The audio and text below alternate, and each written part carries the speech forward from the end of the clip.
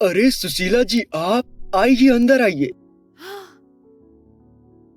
अरे, ये यहाँ पर कैसे आ गई? अभी थोड़ी देर पहले ही तो अनु और अरुण हनीमून के लिए निकले थे। कैसे याद किया आपने हमें, वो भी शाम को, इतना लेट? अनु कहाँ है? अरे समधन जी, आप क्या करें, बहू की आदत हो गई है। उसकी याद आ रही थी इसलिए मैं यहाँ मिलने आ गई। अभी 2 घंटे पहले ही तो अनु के पापा उसे लेकर आए थे और आपको उसकी याद आ गई इतनी देर में ही। कहाँ है? बुलाइए अनु को। अनु घर पर नहीं है। कहाँ चली गई है वो? अरे वो अपनी फ्रेंड से मिलने गई है। फिर तो बैठकर इंतजार करते हैं, थोड़ी देर में आ जाएगी। अब पता नहीं ये क्या हंगामा करने आई है। अरे नहीं नहीं समधन जी, आपको फिर घर जाने में लेट हो जाएगा। आप कल मिल लीजिए ना अनु से। क्यों? मुझे तो अभी मिलना है। कोई बात नहीं, लेट हो जाएगा तो। आप इतना क्यों टेंशन ले रही हो? आप लोग झूठ तो नहीं बोल रहे? सच सच बताओ, अनु कहाँ है? मुझे यहाँ बैठे बैठे 3 घंटे हो गए। क्या हुआ आपको? आप इस तरह क्यों खड़ी हो गई? बस भाई साहब बस, बहुत हुआ ये ड्रामा।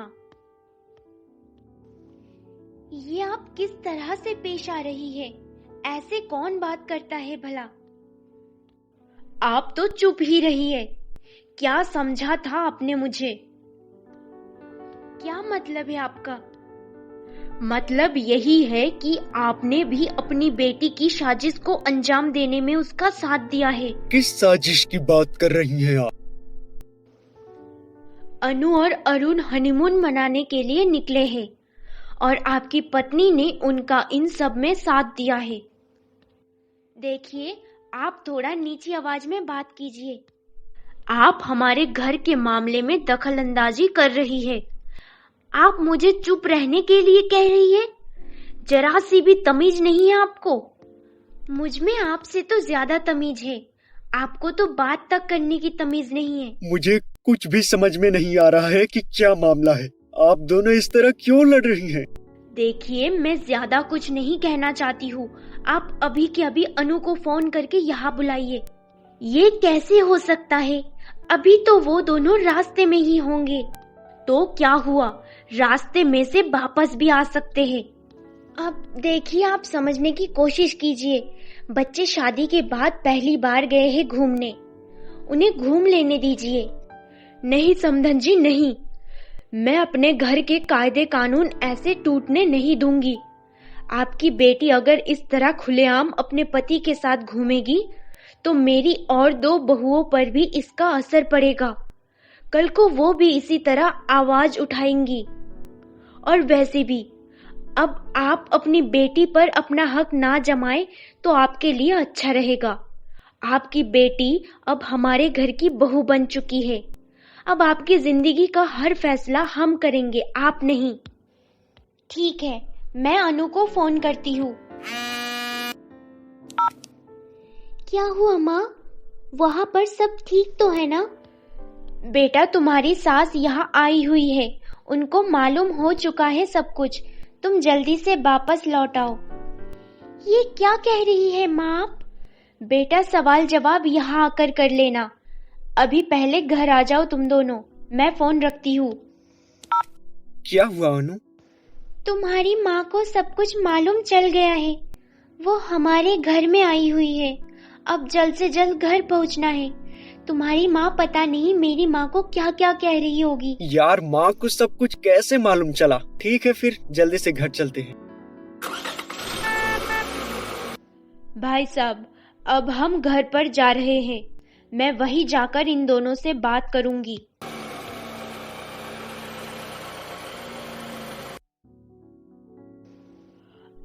आप सोच रहे होंगे कि अनु, जो कि 1 हफ्ते के लिए अपनी माँ के घर गई थी, तो पहले ही दिन कैसे वापस आ गई। और हमारा बेटा अरुण, ये भी ऑफिस के वर्क के सिलसिले में 1 हफ्ते के लिए दूसरे शहर गया था, तो ये भी पहले दिन कैसे आ गया। माँ, आप तमाशा मत कीजिए प्लीज। तमाशा मैं नहीं कर रही हूँ अरुण, तमाशा तो तुम दोनों ने पहले ही बना दिया है हमारे घर का। हमारे घर के कायदे कानून बदलने चले थे तुम दोनों। माँ, क्या किया है भाई और भाभी ने जो आप इस तरह से पेश आ रही है। बेटा, ये पूछो कि क्या नहीं किया है इन दोनों ने। इन्होंने बहुत बड़ी साजिश रचने की कोशिश की थी, मगर अफसोस की बात तो ये हुई कि इनकी साजिश मैंने नाकामयाब कर दी। हमने कोई साजिश नहीं रची है माँ। मुझसे जुबान मत लड़ाओ अरुण, पहले ही तुम इतना बड़ा जुर्म कर चुके हो। क्या जुर्म किया है हमने, जरा बताएंगे आप हमें। सबसे पहला जुर्म ये है तुम्हारा कि मेरे मना करने के बावजूद भी तुमने अकेले घूमने के बारे में सोचा, और दूसरा जुर्म, तुम दोनों ने मेरे खिलाफ साजिश रची। तीसरा और चौथा जुर्म ये है, तुम दोनों ने मुझसे झूठ बोला और तुमने अपनी साजिश में सुमित्रा जी को भी शामिल किया। हमारे घर की बातें बाहर जाए, ये मैं बिल्कुल बर्दाश्त नहीं कर सकती हूँ। माँ, ये कोई गुनाह नहीं है। आपने हमें घूमने के लिए मना किया था, इसलिए हम दोनों ने ऐसा सोचा। बिल्कुल चुप रहो तुम दोनों। अब तुम दोनों के दिमाग में ये सब बातें आ रही होगी कि मुझे साजिश के बारे में कैसे मालूम हुआ, है ना? आज सुबह जब सुमित्रा का फोन आया था कि तब उस वक्त अनु ऐसे दिखा रही थी कि वो इन सब चीजों से अनजान है, और इसकी माँ ने इसे अचानक से बुलाया।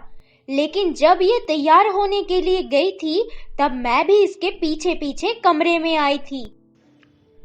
वहां मैंने देखा था कि सूटकेस पैक होकर पहले से ही रखे थे, और वो भी 2 सूटकेस पैक होकर रखे हुए थे। मुझे उस वक्त से ही तुम दोनों पर शक हो गया था। माँ, मुझे अर्जेंटली ऑफिस के काम से दूसरे शहर जाना है। मैं जल्दी से अपनी पैकिंग करके निकलता हूँ। तब मुझे समझ में आ गया कि तुम दोनों मिलकर कोई नाटक कर रहे हो। माँ, हम मानते हैं कि हमने प्लानिंग की थी, पर आपने ही मजबूर किया था हमें इसके लिए। आपने ही हम पर पाबंदी लगाई। हम मजबूर थे, इसके अलावा कोई दूसरा ऑप्शन नहीं था हमारे पास। तुम दोनों ने आज मेरा दिल बहुत दुखाया है। तुम्हारे बड़े भाइयों की शादी हुए काफी टाइम गुजर गया, कभी मेरे खिलाफ नहीं गए। तुम्हें भी हमारे घर की मर्यादा का ख्याल रखना चाहिए था। बहुत गलत हुआ ये सब। हम घूम भी नहीं पाए और बदनाम भी हो गए। हाँ, गलत तो बहुत ज्यादा हुआ है, लेकिन अफसोस करने का कोई मतलब नहीं है अब। अरु तो मेरा बेटा है, उसकी साजिश में अनु भी शामिल थी। अनु को नहीं करना चाहिए था ये सब, और तो और सुमित्रा ने भी साथ दिया उनका। मैं आज खुद से वादा करती हूँ, अनु की जिंदगी बद से बदतर बना दूंगी। अब मैं उसे कहीं का नहीं छोड़ूंगी।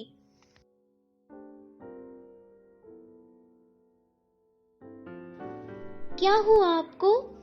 आज अगर तुमने जरा सी भी खराब रोटियां बनाई तो देख लेना कि मैं तुम्हारे साथ क्या करूंगी। ये क्या कह रही हो माँ जी?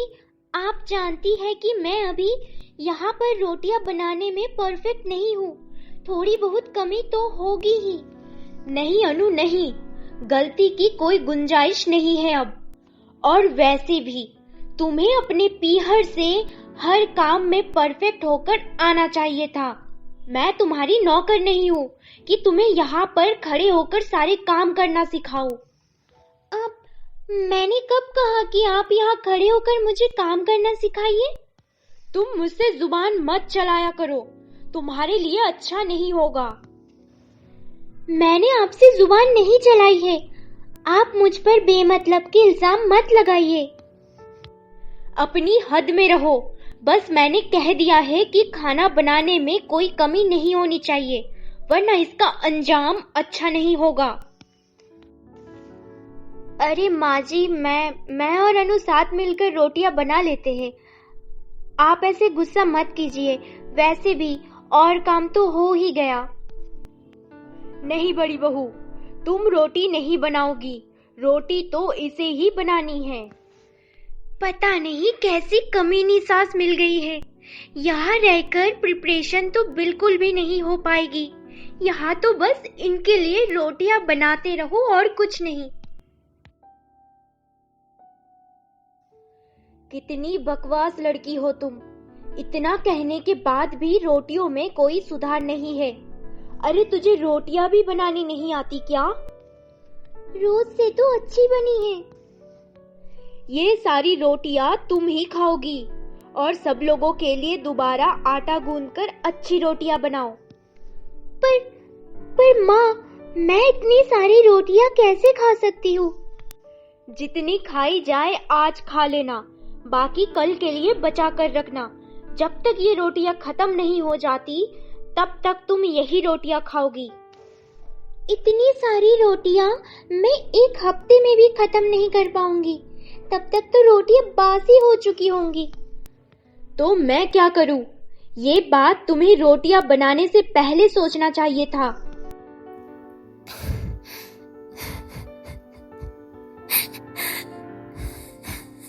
तो आपको ये पार्ट कैसा लगा हमें कमेंट सेक्शन में जरूर बताना। और हाँ, अब इससे आगे क्या होने वाला है ये जानने के लिए प्रेम कहानियां टीवी को सब्सक्राइब करके बेल आइकॉन वाला बटन जरूर प्रेस कर लेना, ताकि अगला पार्ट आते ही सबसे पहले नोटिफिकेशन आपके पास जाए।